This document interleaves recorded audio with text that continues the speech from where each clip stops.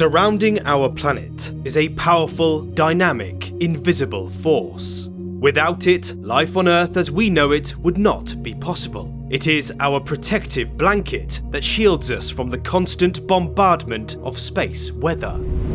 This is the magnetosphere, an immense magnetic field that is generated deep within the Earth's interior at its core. It extends out into space, creating a strong protective shield against things such as charged particles zipping out of the sun, called the solar wind. And without this powerful magnetic field, Earth would likely be a barren, cold, dry world. Our red neighbour, Mars, is a good example of what happens when a planet similar to Earth loses its global magnetic field. Our magnetic field is largely generated by an ocean of superheated, swirling liquid iron that makes up the outer core of Earth around 1,800 miles beneath our feet, which is around 2,900 kilometers beneath our feet. Despite being essential to life as we know it, the magnetic field isn't something we can actually see or hear in itself.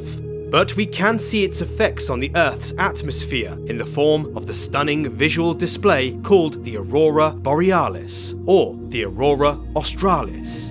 And now we can also hear it.